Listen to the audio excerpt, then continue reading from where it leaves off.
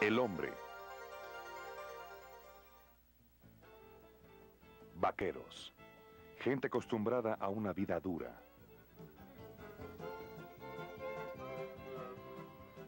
El vaquero genuino no suele preguntar mucho. A las mujeres les gustan los vaqueros a quienes rodean. Suelen poner de manifiesto su hombría por medio de sus puños.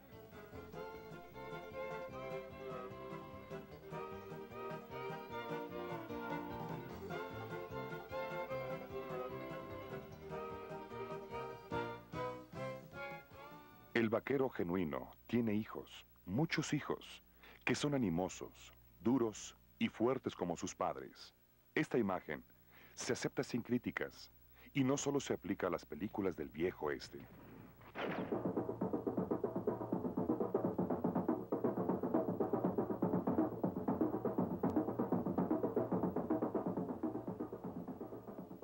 El miembro viril, el gran pene eréctil, también llamado falo, símbolo de la hombría, del poder, de la fuerza y de la fertilidad. Estas imágenes preparadas muestran de manera gráfica y fehaciente el alcance de la historia. La potencia forma parte de la función sexual masculina, lo mismo que la fertilidad. El hombre sale del hombre como consecuencia de otros muchos factores y en modo alguno como consecuencia de su sexualidad física.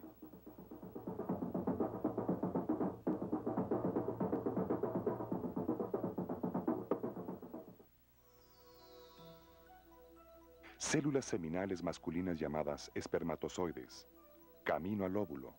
De millones de estas células, solamente una alcanza su objetivo. Ahora, una célula seminal penetra en el óvulo y se une con este. Aunque se sabe que con la entrada del espermatozoide en el óvulo se definirá el sexo masculino o femenino, lo que no se sabe por los órganos internos o externos en las primeras fases del desarrollo es el sexo futuro. Hasta la séptima semana del embarazo no comienza el desarrollo de las características sexuales masculinas. En este momento, los riñones con los anexos de las glándulas germinales se encuentran aproximadamente a la misma altura. En esta primera fase preliminar existen dos evoluciones sexuales, aquí representadas en azul y en rojo, que desembocan muy próximas en el lugar en el que posteriormente se desarrollan los órganos sexuales exteriores. Al seguir el crecimiento del feto, se atrofian los conductos rojos, proliferando los azules, y a partir de ellos se originan después, antes del nacimiento, los conductos seminales y los epidídimos. Durante la última fase de desarrollo del feto, los testículos se deslizan a través de la curva inguinal hasta el escroto.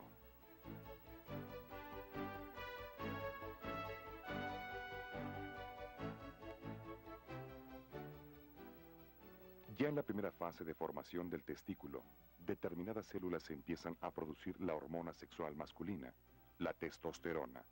Esta hormona hace que paulatinamente al desarrollo interno se formen también las partes sexuales exteriores. Ahora, entre el quinto y el sexto mes, ya se pueden ver claramente el miembro viril y el escroto. Hacia el octavo mes, se comprueba con claridad que se trata de un hombre.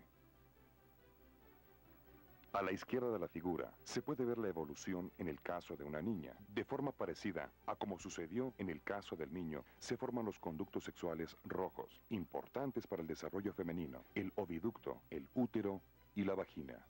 La hormona masculina, la testosterona, tiene una gran importancia para el desarrollo de las características sexuales internos y externos masculinos.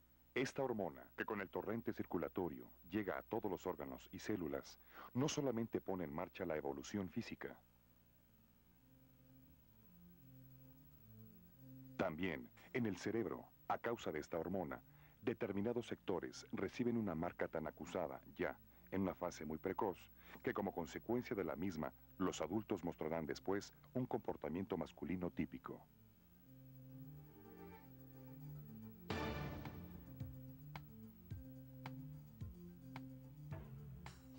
En ensayos con animales, se ha comprobado esto inyectando a una coneja preñada pequeñas cantidades de hormona masculina, testosterona. A través de la circulación de la madre, llega la hormona al cerebro del feto, produciendo alteraciones sorprendentes en el desarrollo femenino. Aquí se separan los animales hembras de los machos. Exteriormente, nada se puede ver de la alteración desencadenada por la inyección de la hormona en el retoño hembra, pero existen las características sexuales típicas. Esta es una de las hembras que se va a colocar junto a un macho.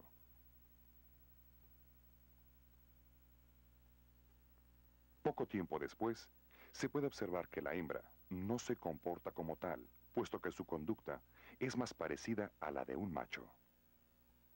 La hembra trata de cubrir al macho.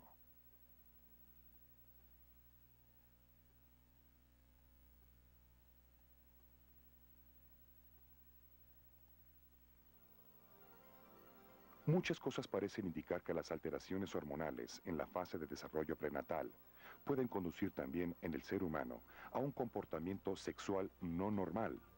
Un hombre con todas las características internas y externas del macho siente que pertenece al sexo femenino, y una mujer odia su cuerpo femenino y desearía ser hombre.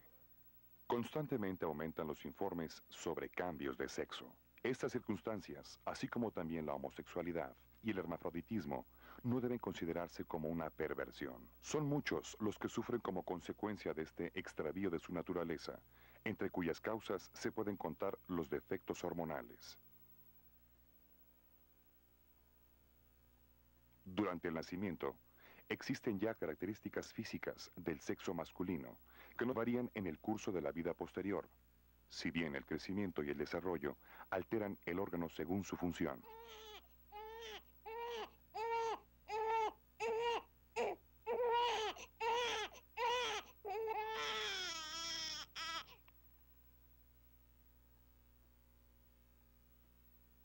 Casi un niño, y ya un hombrecito, muchas madres se horrorizan cuando se dan cuenta que su hijo empieza a sentir con agrado la excitación, no intencionada de su órgano viril, que se pone rígido y se endereza.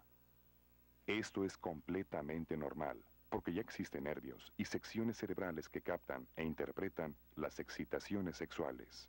Estos síntomas inocuos de masculinidad no tienen consecuencias negativas, aparte de que se presentan de una manera impensada. El hecho de que el miembro viril se ponga rígido fácilmente y se endurezca no es desacostumbrado, ni debe de preocupar.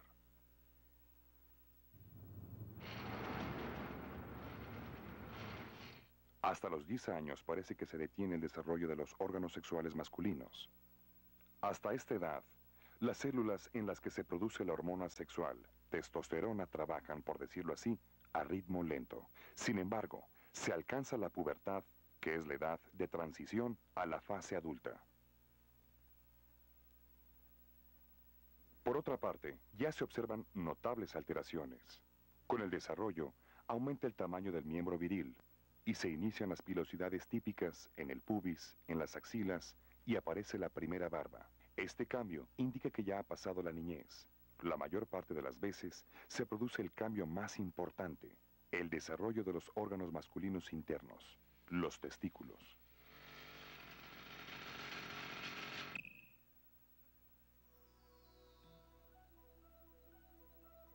Modelo de un cerebro humano, visto de frente.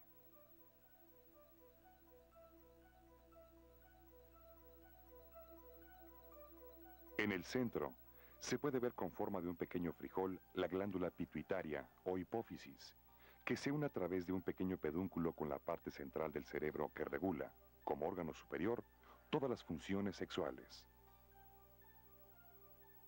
Cuando este centro sexual ha alcanzado un cierto grado de madurez, produce en la glándula pituitaria, hipófisis, una mayor separación de determinadas hormonas que estimulan la actividad de las glándulas germinales.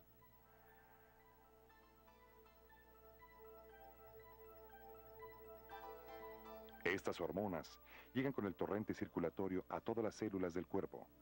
pero solamente desencadenan reacciones en las células de los testículos. Estas hormonas aumentan, entre otras cosas, la producción de la hormona sexual masculina testosterona y son las que dan lugar a las características exteriores visibles de la pubertad. Órganos sexuales masculinos, miembro viril y los dos testículos. Aquí se representan en su estructura interna. Por la superficie discurren numerosos vasos y por el interior del miembro viril, en su punta se encuentra el glande, que normalmente está cubierto con el denominado prepucio. Arriba, en la parte superior de la figura, la próstata pintada de amarillo y abajo, la vejiga en café oscuro. En esta sección longitudinal, se puede ver que el miembro está formado de un tejido flojo, con muchos espacios huecos. Estos huecos se pueden llenar de sangre y producir la erección del miembro.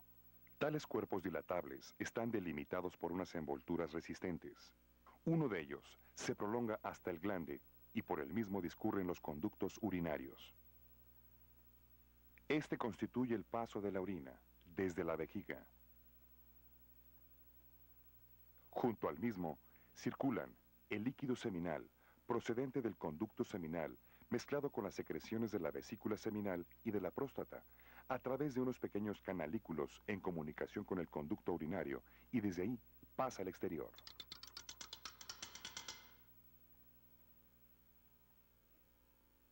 Los dos conductos seminales que entran en la próstata por la parte posterior están rodeados de musculatura y discurren por los pliegues inguinales hasta el conducto seminal de ambos testículos, en los que se asientan como si fueran unas tapas. En la figura de azul, los epidídimos. Los testículos y los epidídimos están rodeados por una robusta envoltura de tejido conjuntivo.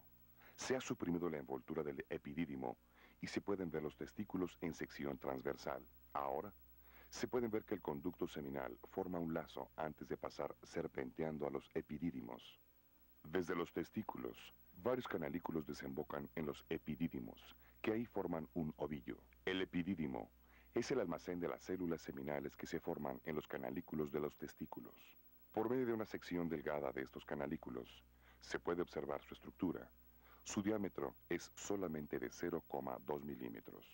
En el interior de este canalículo, aquí, en sección transversal, se pueden ver incluso algunos espermatozoides. Estos maduran en la pared de los canalículos. Junto a los mismos, pueden verse las diferentes fases de madurez. Su formación se inicia en las células seminales que se duplican por división celular. En forma parecida a como sucede en esta célula, observemos la forma en que sucede.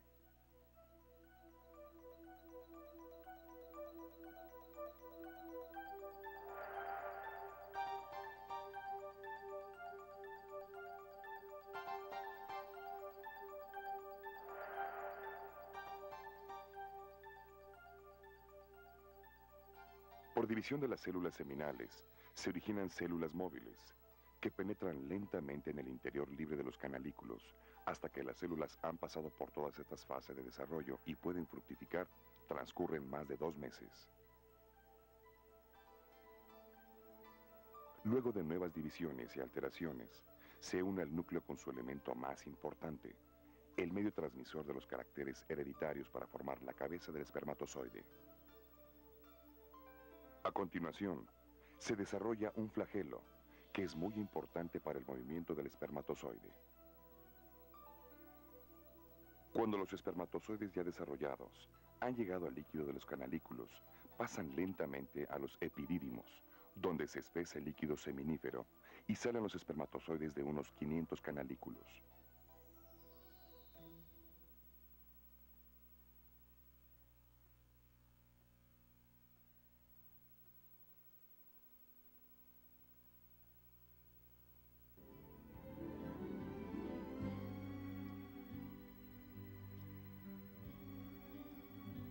Música dulce, una atmósfera íntima que incita al acercamiento. Son muchas las cosas que deben coincidir para que el amor físico desemboque en un resultado feliz. Todavía, hoy día, es el hombre el elemento que se considera sexualmente más activo. Sin embargo, este punto de vista no siempre se ajusta a la realidad, en parte como consecuencia de exigencias sociales y de la correspondiente educación. Los roces, el olor de la piel, El contacto del pecho desnudo, de la predisposición sentida de la compañera, son estímulos que pueden desencadenar la excitación sexual. En este aspecto, se debe conceder una gran importancia a la conciencia. Aquí se interpretan las impresiones sensoriales y se someten más o menos a un control en cuanto al comportamiento. No todas las excitaciones sexuales, como sucede en los animales, se contestan instintivamente. En los seres humanos, los efectos estimulantes son individuales.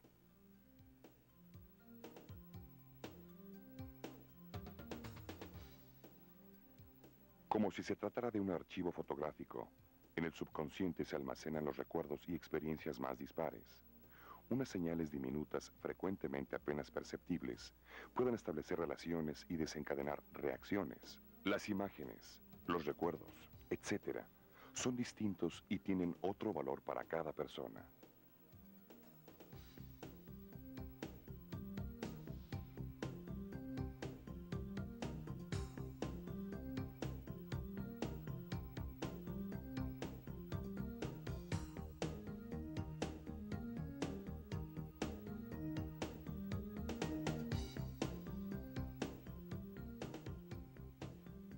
Las señales, los estímulos, son causa de reacciones inconscientes que se ponen en marcha desde el centro sexual. Un efecto esencial es el que la sangre afluya a la región genital. En los cuerpos esponjosos del miembro viril, los vasos sanguíneos están dispuestos de forma tal que, por un lado, la sangre puede fluir por los mismos, pero por otro, se reduce. La salida de la sangre se acumula a presión elevada y hace que se dilate todo el tejido. El miembro se engrosa y se pone rígido, denominándose a este proceso erección. Este proceso no se desencadena voluntariamente, aumenta la producción de numerosas secreciones glandulares. Las secreciones del epidídimo, de la próstata y de las glándulas vesiculares contienen las más diversas sustancias de importancia para la supervivencia de las células seminales fuera del cuerpo humano y para su capacidad de fertilización. Durante el orgasmo, punto culminante del placer sexual, estos humores, junto con las células seminales, los espermatozoides, se comprimen mediante la contracción de la musculatura del cordón seminal, en los conductos urinarios, y desde ahí son impulsados a la vagina de la mujer.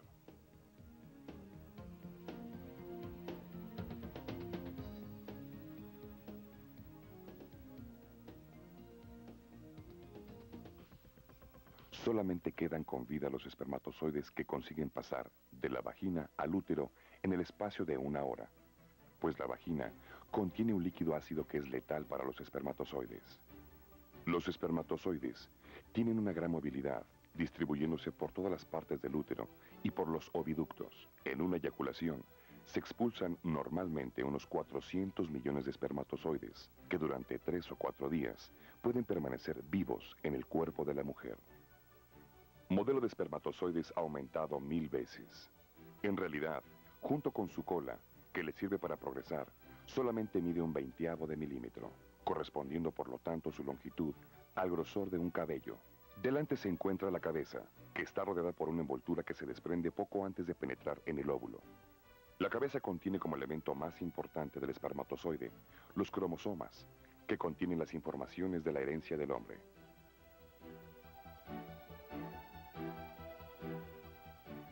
El contenido en cromosomas de las células germinales se distingue fundamentalmente del de las células corporales. Durante la división de las células seminales trimigéneas, mediante la denominada división por reducción, el número de cromosomas se distribuye regularmente entre las dos nuevas células. De los 46 cromosomas, se originan 2 semigrupos, de 23 cromosomas cada uno, de los cuales, uno de ellos tiene una importancia especial, porque es el que determina el sexo. 2 cromosomas diferentes, como los que figuran aquí, significan sexo masculino y 2 iguales, sexo femenino. Como quiera que los cromosomas sexuales de los óvulos de la mujer son iguales, las células seminales del hombre solo pueden contener aquellos cromosomas que determinan el sexo del niño al unirse con un óvulo.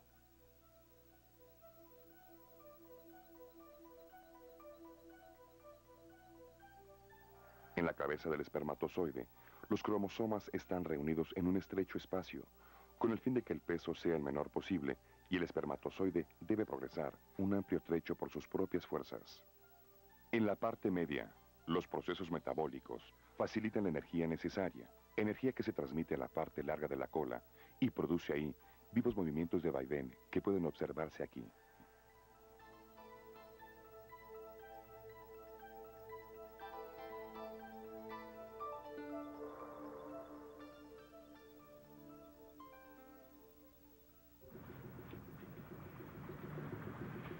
En el laboratorio, se comprueba el contenido en espermatozoides de líquido seminal.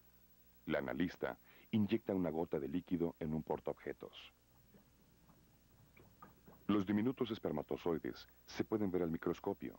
Ciertamente, en una efusión de semen se expulsan unos 400 millones de espermatozoides, pero son tan pequeños que solamente representan una mínima fracción de líquido seminal, normalmente 3 a 4 centímetros cúbicos.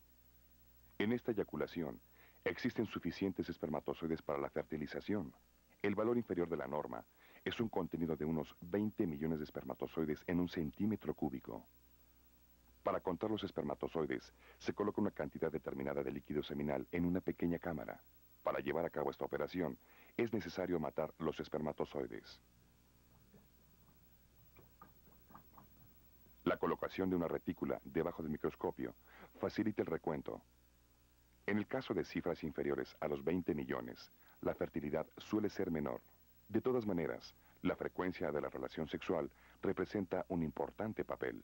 Así, cuando se efectúa el coito 2 veces sucesivas, se agota el contenido en espermatozoides. Luego, tienen que pasar varios días hasta que vuelva a llenarse el depósito de los testículos. Otra causa de la infertilidad masculina puede existir en las malformaciones de los espermatozoides, como consecuencia de las cuales resulta dañada una gran parte de estos, que por ello nunca puede penetrar en un óvulo y por consiguiente no pueden dar lugar al nacimiento de un niño mal formado.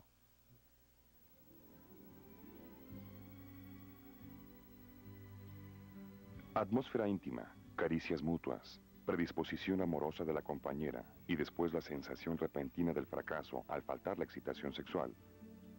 Y sin ella, sin que se le transmita a su cuerpo, el hombre no puede tener una relación sexual. Impotencia. Esta, la mayoría de las veces, tiene causas psíquicas. Las imágenes fijadas en el subconsciente representan un importante papel. Los más diversos recuerdos y experiencias se acumulan ahí.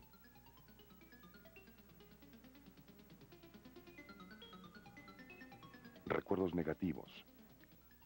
Estos recuerdos provocados en la conciencia en un momento erróneo pueden dar lugar a alteraciones sensibles en la vida sexual.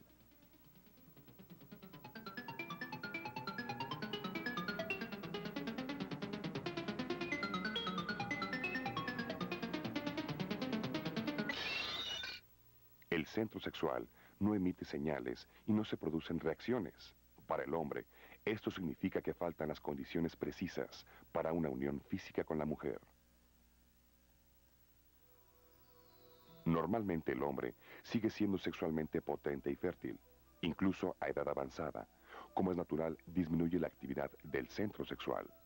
Pero esta circunstancia no influye fundamentalmente en la formación de espermatozoides capaces de fertilizar y en la capacidad de efectuar la relación sexual. Incluso, a edades elevadas, existe la posibilidad de engendrar hijos. La continuación de la actividad sexual depende no solo de la constitución física y psíquica del hombre, sino también de los deseos y posibilidades de la compañera.